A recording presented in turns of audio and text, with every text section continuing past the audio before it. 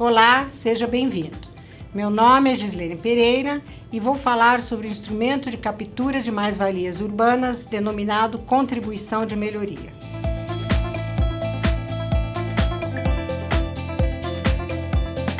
Primeiramente, quero recuperar alguns conceitos relacionados à valorização imobiliária.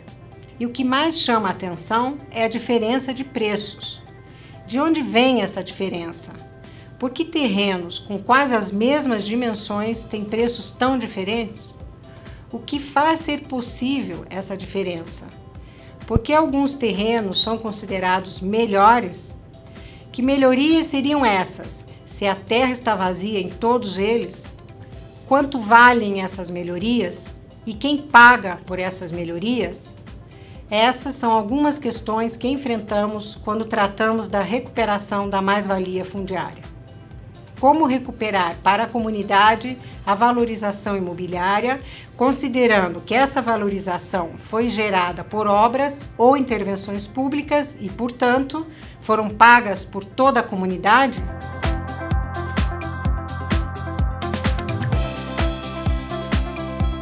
A contribuição de melhoria é um dos instrumentos que podem ser utilizados para a recuperação da mais-valia.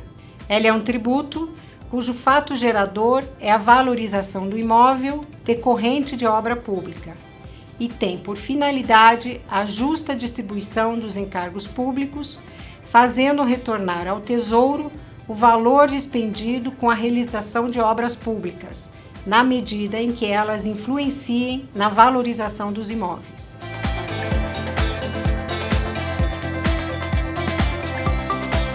A contribuição de melhoria existe como tributo no Brasil desde 1934, mas há registro de cobrança desde 1812, na Bahia e em outras cidades no século XIX. A partir da Constituição de 1934, ela foi institucionalizada como tributo e, após algumas alterações nas constituições seguintes, foi confirmada na Constituição de 1988. Pela Lei Federal 10.257 de 2001, Estatuto da Cidade, a contribuição de melhoria passou a ser reconhecida como instrumento associado à função redistributiva da política urbana.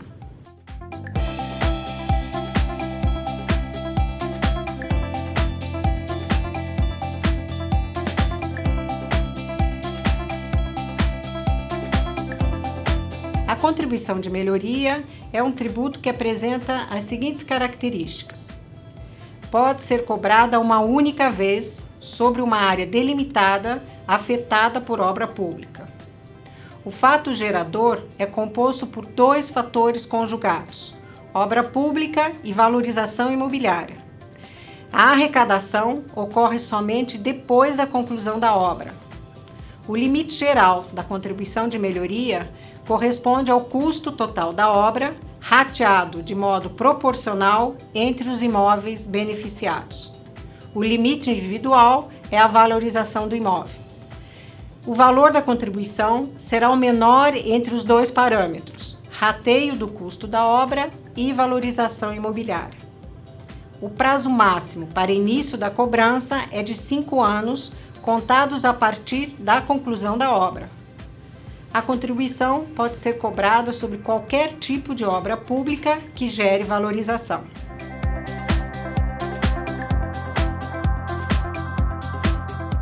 Basicamente, existem dois métodos para o cálculo da distribuição da contribuição entre os beneficiados: radial e longitudinal. Pelo método radial, são definidos anéis de influência da obra. Para cada anel, será calculado o valor da contribuição. quanto mais afastado da obra, menor será o valor da contribuição a ser paga pelo proprietário. Já no caso do método longitudinal, o valor da contribuição é calculado a partir da frente ou área dos imóveis lindeiros à obra.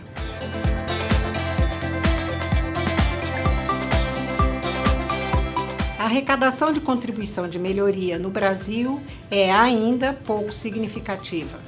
Ela corresponde, em média, a 1% da receita geral dos municípios, quando comparada com a arrecadação gerada pelos outros impostos imobiliários, como IPTU e ITBI. Entretanto, alguns municípios vêm se destacando na arrecadação do tributo, demonstrando a viabilidade de contar com esse recurso para o financiamento do desenvolvimento urbano.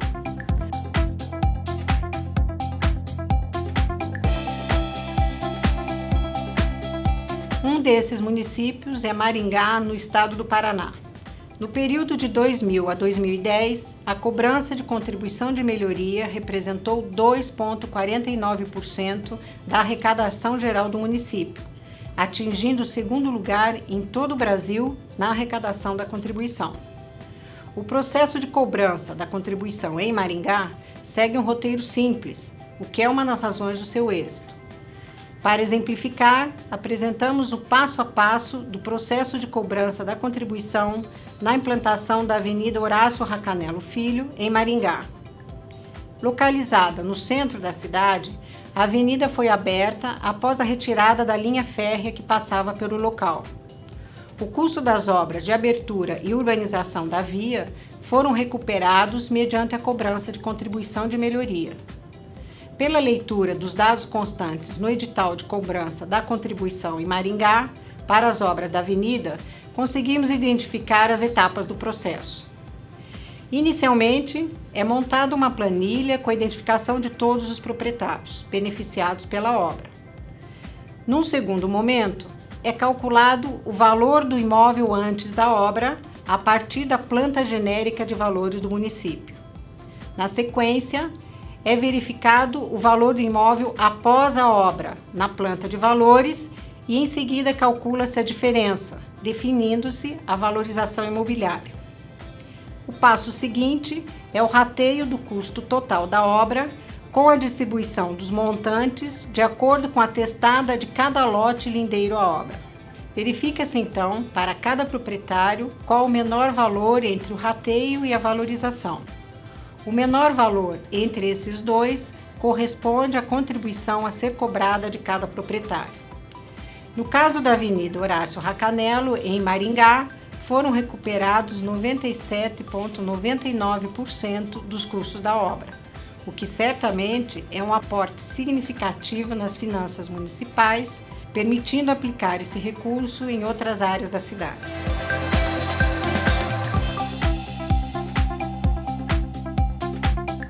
O caso de Maringá serve como exemplo da viabilidade de cobrança da contribuição de melhoria. O êxito na cobrança pelo município está relacionado aos seguintes motivos. Primeiro, existência de regulamentação legal sobre o processo de cobrança. O Código Tributário Municipal define os critérios para arrecadação do tributo. Segundo, organização administrativa para efetivar o processo de cobrança. É importante ressaltar que essa organização não significa a montagem de uma estrutura requintada. Trata-se de responsabilizar um técnico pela organização e acompanhamento do processo. Terceiro, alternativa para cálculo da valorização. Nesse item, Maringá inova ao propor a existência de duas plantas de valores, uma para cobrança de IPTU, que é atualizada esporadicamente, e outra para cobrança do ITBI e contribuição, que é atualizada anualmente. Esse procedimento garante a correspondência entre o valor cobrado e o valor real do imóvel, seguindo o preço de mercado. Quarto, simplificação da distribuição entre beneficiados. As planilhas são de fácil compreensão, agilizando a tramitação do processo.